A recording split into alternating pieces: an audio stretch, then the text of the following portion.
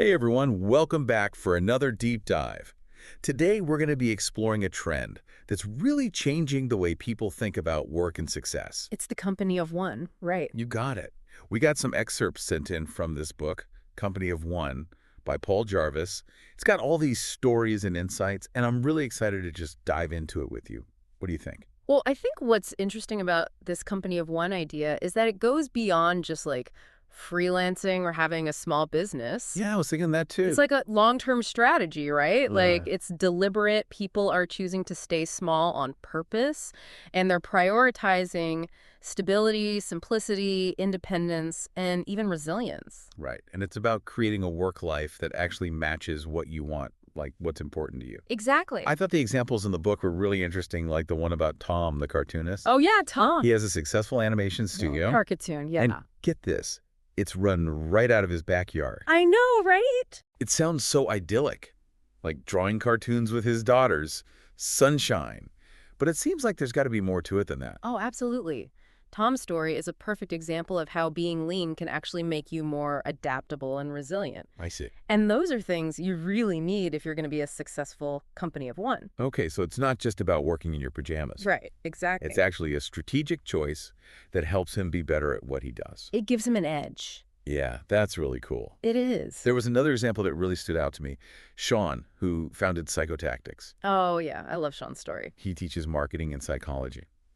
And he's built a really successful business, but he's chosen to keep it small. He actually turns down opportunities to grow really fast, which seems kind of crazy in the business world, don't you think? I know, right? But it goes to show you the beauty of this whole company of one approach. Okay, I'm listening. It throws out this whole thing that bigger is better and flips it on its head. So Sean really focuses on maximizing his profit, but also his lifestyle. And he wants to make sure he's got a really strong connection with all of his customers. It's like he's putting his energy where it matters most. Exactly. And he does things like send his clients chocolates. That's so cool. Talk about personalized service. I don't know, right? You just don't see that anymore. But it's really about defining what success means for you, not what other people tell you it should be. And then building a business that fits that. So it's all about finding that sweet spot, that Um, size, where you can do your best work and live your best life. It makes me wonder why we're seeing this trend picking up steam now. What do you think is behind it? Well, technology is definitely playing a big role. For sure. It's given individuals the tools and resources to do things that used to require these massive organizations. Right, like you can do things yourself now that used to take a whole team of people. Exactly. So you can automate things, you can Mm. work remotely, and you can reach customers directly, which really levels the playing field. It's true. It's like the old barriers to entry are gone, so anyone with a good idea and the drive to make it happen can succeed. Exactly. You mentioned changing values too. Like, how are people's priorities shifting? It's pretty fascinating, actually. Younger generations, they're really prioritizing things like purpose and autonomy in their work. They also want work-life balance. They're not necessarily interested in climbing that corporate ladder. That's a whole different way of looking at work. Man. Absolutely. And I think that's a big reason why we're seeing more and more entrepreneurs, too. Oh, yeah. What are those again? Basically, it's people who are acting like companies of one, but they're doing it inside larger organizations. So they get to be part of a bigger team, but still have that independent spirit, like that guy who invented the Post-it note. Exactly. It's amazing that he was able to develop his idea and make it happen, even within this giant company. It's pretty incredible. Yeah. And it just shows you how this way of thinking is really starting to change the whole landscape of work. It's like getting the best of both worlds. But let's be honest, building a successful company of one can't be all sunshine and rainbows, right? What are some of the challenges that come with it? You're definitely right. It's not always easy. I think one of the biggest challenges is this idea of embracing resilience. Oh, interesting. Because the business world is so unpredictable, and companies of one are often trying things that haven't been done before, so they really need to be okay with uncertainty and change. I see what you mean. The book actually talks about Danielle Laporte. She's a best-selling author and entrepreneur, and she had a really tough experience with investors. Oh, yeah, I remember that part. It was rough. Her investors basically tried to change her whole business model after she took them on. Yeah, and her story is a reminder that no matter how carefully you plan, things don't always go the way you expect. So you've really got to be able to roll with the punches. Exactly. That's why resilience is so important. It's about being able to accept what is improvise when things go wrong, and even scale back if you need to. So it's about being flexible and adaptable. Exactly. Those are the keys to survival, especially for companies of one, especially in today's world where everything changes so fast. So it's not just about working smarter. It's about having that mental toughness too. It's about having that grit. Yeah, I like that. And part of that is letting go of what the book calls the disease of more, right? Oh, yes. That's huge. It's like we're conditioned to always want more, more, more. More customers, more money, more employees, more everything. Mm. But all that striving can really wear you down, and it can actually get in the way of success in the long run, can it? It definitely can. That's what the company of one mentality is all about. Rejecting that idea that endless growth is the only way to win. I love that. It's about making conscious choices about what you want to achieve and then building a business that fits instead of just chasing after more and more. It's like that old saying, it's not about how much you have, but how much you enjoy it. I like that. It's so true. This whole idea of quality over quantity really speaks to me. It brings us to another fascinating concept from the book, and that's the importance of what they call one customer. Yeah, that one's really interesting. So it's about shifting your focus from trying to get tons of new customers all the time to actually taking care of the ones you already have. Right. It's almost like treating every single customer as if they were your only customer. And it's about realizing that building loyalty is so much more valuable than just constantly chasing after new business. Makes sense to me. Those loyal customers, they become your biggest advocates. They spread the word. You know, it's like those restaurants where everyone knows your name and they remember your order. It makes you feel good and you want to go back. Exactly. And those places have the most loyal customers. And it's the same in any business, right? It's about building those genuine connections. Absolutely. And there are some great examples out there of companies that have done this really well, like Trello, for instance. They've had incredible growth, and it's all been organic, just from people telling their friends about it. So it's like a ripple effect. One happy customer tells another, and then another. And it all starts with building that foundation of trust and authenticity, which is what companies of one are all about. It's definitely a more thoughtful way of doing business. It is. It's not just about shouting your message from the rooftops. It's about making real connections and Yeah. building trust. Absolutely. And in the long run, that's what's going to create a sustainable and successful business. That's a whole new way of thinking about success. It really is. So, in the last part, we were talking about trust, right? And how important it is for companies of one to build that trust with their customers. Yeah, it's fascinating, right? It's like your reputation is everything when you are your brand. It really is. And there's all this research on trust, like Glenn Urban's work. He's been studying this for over 20 years. Wow, that's a long time. It is. But his research basically shows that people are more likely to buy from people and companies they trust. Makes sense. If you trust someone, you're more likely to do business with them. Exactly. And it applies across the board, whether you're a huge company or just a one-person shop making, crafts or something. Oh, for sure. But it makes you think, how does that trust thing work online? Right. Because it's not like you're meeting face to face. Yeah, you can't really shake hands or look someone in the eye. Yeah. Exactly. So you need something else to build that trust. So what's the secret? Well, it's being really transparent, and it's about communicating clearly. Okay, that makes sense. And, the internet can actually be a great way to build trust, even if you're dealing with a lot of people. I wouldn't have thought of that. It's true. Like, think about Amazon. They've got those verified reviews. Oh, yeah, the ones that say verified purchase. Right. And those reviews give people confidence because they know those are real customers who actually bought the product. Yeah, it's like getting a recommendation from a friend, but from hundreds of friends. Exactly. But it goes beyond just reviews, too. Oh, so what else is there? It's about being upfront about your products and services, about delivering on your promises and not trying to hide anything. Okay, so honesty is the best policy. Pretty much. The companies that really prioritize trust, they're in it for the long haul. Right, they're not just trying to make a quick buck and then disappear. Exactly. They want to build relationships with their customers. Yeah, the win-win. Exactly. And they understand that if they break that trust, it's really hard to get it back. It's like those investment platforms that are designed specifically for women, like Wealth Simple and Ellevest. Oh, yeah, I've heard of those. They're really transparent about their fees, and they have that legal obligation to put their clients' interests first. It's called a fiduciary duty. Yeah, that's it. It's like a breath of fresh air in an industry that can be, well, kind of shady sometimes. It can be, but being honest is just part of it. Oh, so what else matters? You've got to be competent too. Right. You have to actually know what you're doing. Exactly. And people need to know you're looking out for them too, that you have their best interests in mind. You know, it reminds me of how the internet has changed the whole car buying experience. How so? Now you can do all your research online. You can compare prices, read reviews, even see what the dealer paid for the car.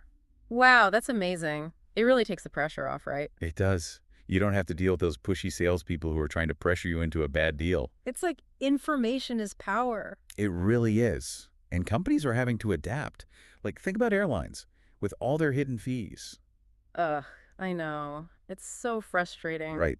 If they were more upfront about how much it actually costs to fly, they'd probably earn more trust from people. It's all about respecting your customers. Exactly. And treating them like intelligent people who can make their own decisions. You know, all this talk about trust leads right into word-of-mouth marketing. Oh, yeah. Word of mouth is so powerful.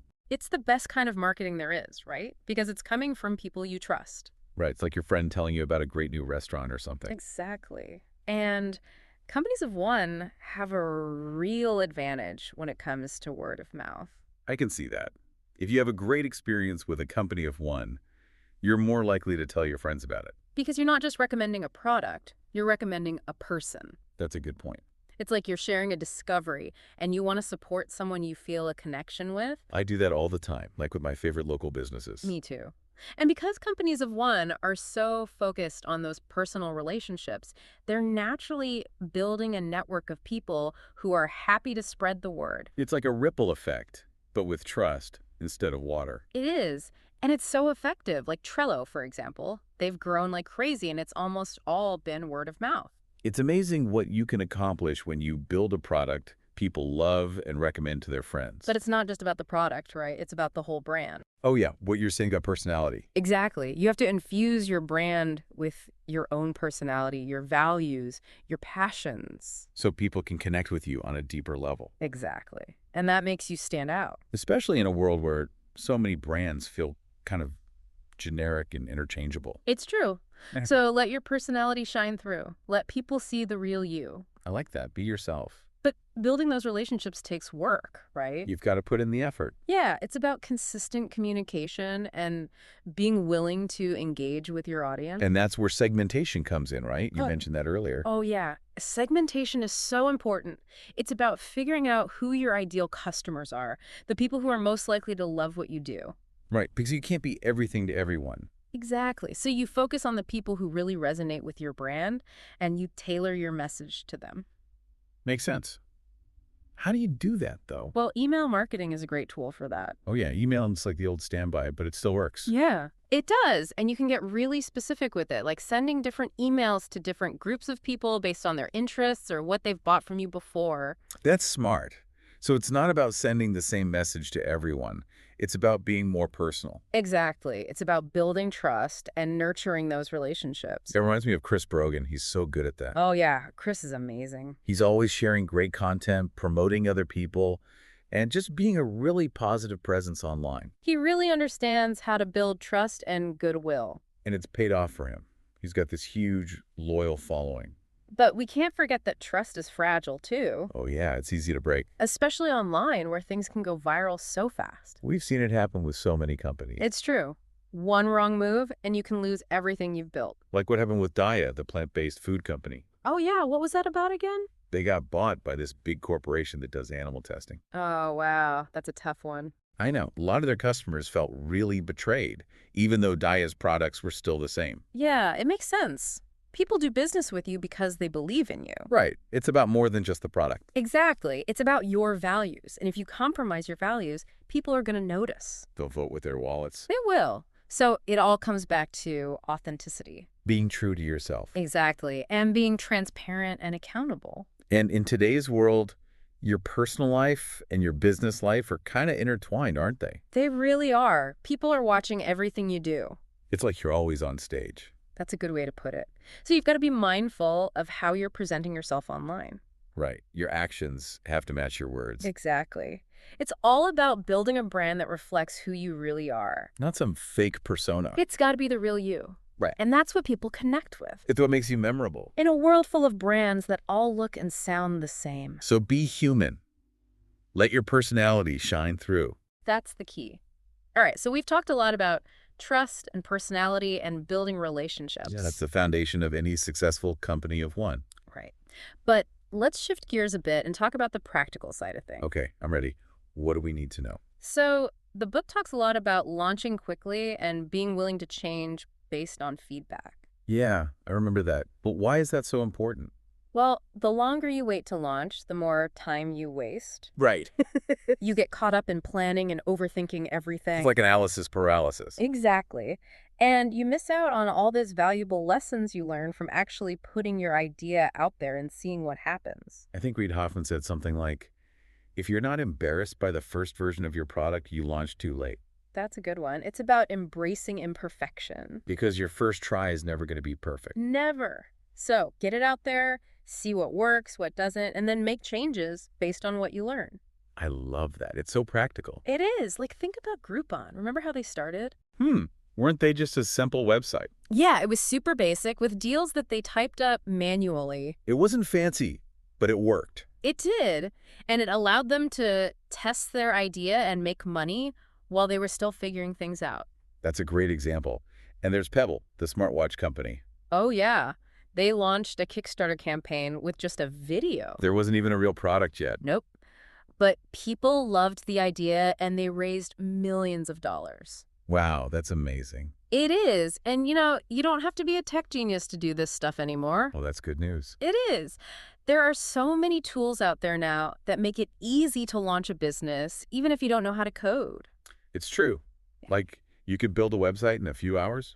You can accept payments online, manage your social media. So many options. It's really incredible. It is. And it means you can focus on what you're good at, on creating something amazing. Okay, so we've talked about launching quickly and using technology to our advantage. But there's one more thing I want to touch on, and that's the power of relationships. Okay, we've talked a lot about relationships with customers, but I think you're talking about something different. I am. I'm talking about relationships with other people in your field, with peers and collaborators. Ah, got it. Why are those so important? Because even the most independent company of one can't do everything themselves, right? That's true. We all need help sometimes. We do. So building a network of people you trust, people who have different skills and expertise, can be a game changer. It's like that old saying, 2 heads are better than 1. Exactly. And sometimes 10 heads are better than one. I know some people who do this really well, like Angela Devlin.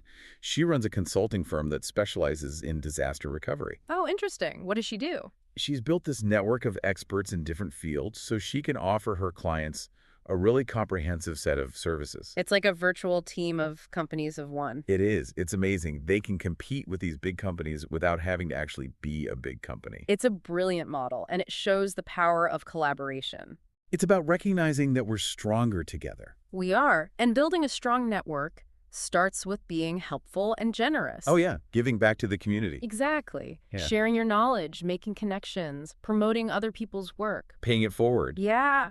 And it all comes back to you eventually. Chris Brogan is another great example of someone who does this really well. He is. Chris is always promoting other people and sharing their work. He understands that building that social capital, that goodwill, is so valuable in the long run. It's not just about what you can get. It's about what you can give. I love that. It's about creating a win-win for everyone. Exactly. So, okay, we've covered a lot of ground here.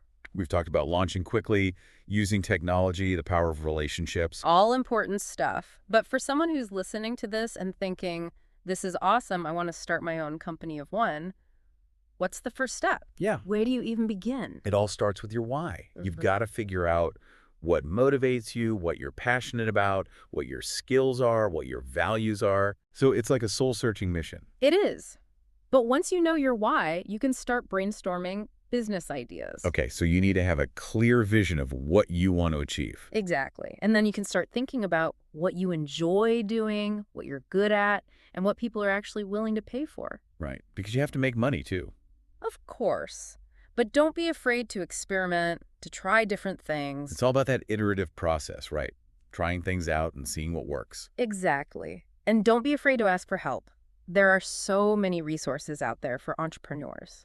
Yeah, like mentors, online communities, all sorts of stuff. It's true. You don't have to figure it all out on your own. Find people who've been there, done that. Exactly. And learn from their mistakes, get inspired by their successes. And all about building that support system. It is. And most importantly, believe in yourself. You've got to have that faith in your vision. Exactly. The world needs what you have to offer. Don't be afraid to put yourself out there. This has been such a great conversation. It's been so inspiring. It's amazing to see how many people are building fulfilling and meaningful work lives on their own terms. It is. And we've only just scratched the surface. I know, right? There's so much more to explore. Absolutely. In the next part, we're going to dive into this idea of teaching everything you know. Oh, yeah. That's a good one. It seems kind of counterintuitive, doesn't it? Yeah. Like, why would you give away your secrets? It does. But there's actually a lot of wisdom in that approach. I'm intrigued. Can't wait to learn more. So everyone, stay tuned for part 3 of our deep dive into the world of the company of one. Welcome back to the show. You know, we were talking in the last part, something I found really interesting, and it was this idea of teaching everything you know. Yeah, it does seem counterintuitive, doesn't it? It does. Like, wouldn't you want to keep your secrets to yourself? You'd think so. But it turns out that's not really how it works, especially not anymore. Oh, really? Why not? Well, because information is everywhere these days. That's true. Everyone's got Google in their pocket. Exactly. So it's not about what you know anymore. It's about how you share what you know, how you teach it. So it's about being generous with your knowledge. Exactly. And, the more you teach, the more you learn. Oh, I like that. It forces you to really think about what you know and how you do things, and you end up refining your own expertise in the process. That makes sense. So it's a win-win. It is, and it helps you establish yourself as an expert. Right. People start to see you as the go-to person for that particular topic. Exactly. Like, think about Copyblogger. They're a content marketing company. Oh, yeah, I've heard of them. They've built this huge following by sharing their knowledge for free on their blog. So they're not afraid to give away their secrets. Nope. And it's worked brilliantly for them. It's like they're saying, we know what we're doing, and we're happy to share it with you. Exactly. And people trust them because of it. It's like that old saying, give a man a fish, and you feed him for a day. Teach a man to fish, and you feed him for a lifetime. That's a good one. And there's actually some research that shows this stuff really works. Oh, tell me about it. There was this study about an investment firm that sent out some educational materials to their clients. What kind of materials? Just, some basic information about investing, like how to choose stocks and stuff. Okay, so nothing too fancy. Nope. But the clients who got those materials were way more likely to trust the firm and invest more money with them. Wow, that's amazing. So education leads to more sales. It can, because when you feel like someone is genuinely trying to help you, you're more likely to do business with them. Makes sense. It's like you're building a relationship based on respect and empowerment. Yeah, not just trying to make a quick buck. Exactly. But of course, it's not always easy to get people to listen to you. Right. Everyone's trying to get their message out there. They are. So you've got to be strategic about it. How do you do that? Well, it all comes down to execution. What does that mean? It means having great ideas isn't enough. You have to actually do something with those ideas. Okay, so action speaks louder than words. Exactly. You've got to Yeah. put in the work, put in the time, the effort. I know some people get stuck in the planning phase forever. They do. They're always thinking, always planning, but they never actually do anything. They need to get out of their heads and into the real world. They do. And that's especially important for companies of one because they're usually juggling a lot of different things. Right, they're wearing all hats. Exactly. So they have to be really good at prioritizing. So figuring out what's most important and focusing on that. Exactly. And being willing to let go of the stuff that's not so important. You know, I love that quote. The journey of 1,000 miles begins with a single step. It's so true. And it applies to everything, really. Yeah, you've just got to start somewhere. Exactly. And break those big goals down into smaller steps. So it doesn't feel so overwhelming. Exactly. And remember, you don't have to do it all alone. That's so important. Find people who can help you, people who can support you. Your tribe. Exactly. Okay, so we've talked about teaching, execution, prioritizing. A lot of great stuff. But what about the teaching itself? Any tips on how to do that effectively? Sure. First of all, be clear. Clear communication. That's key. It is. Make your message simple, straightforward, easy to understand. No jargon. Right. Use plain language, get to the point. People are busy. They don't have time to decipher complicated language. Exactly. And be engaging. Let your personality shine through. It shouldn't feel like a lecture. It shouldn't. It should be more like a conversation. I like that. And don't be afraid to be vulnerable. What does that mean? It means being willing to share your own struggles and mistakes. So being real with people. Exactly. People connect with authenticity. It's like saying, hey, I've been there, I've made those mistakes, but here's what I've learned. Exactly. And that can be really powerful. It makes you relatable. It does. It shows people that you're human, just like them. Wow, this has been such a great conversation. We've talked about so many important things. We have. From trust and personality to teaching and collaboration. It's all connected, isn't it? It is. And this whole company of one thing, it's not just about business. Right. You said it's a mindset, a way of life. Exactly. It's about prioritizing what's really important to you, about building a life that's fulfilling and meaningful. It's about living with intention. It is. And it's about redefining what success means to you. Because success doesn't have to look the same for everyone. Exactly. It's about finding your own path, your own way of making a difference in the world. I'm feeling so inspired right now. Yeah. I think this company of one idea has really resonated with me. It's given me a whole new perspective on what's possible. I'm glad to hear that. Thank you so much for sharing your insights with us. It's been my pleasure. I think this is something that a lot of people are going to connect with. I hope so. Because it's about more than just work. It's about living a life that's true to yourself. It is. And it's about recognizing that you have something unique to offer the world. So go out there and share it. And thanks to everyone for listening. We'll see you next time for another deep dive.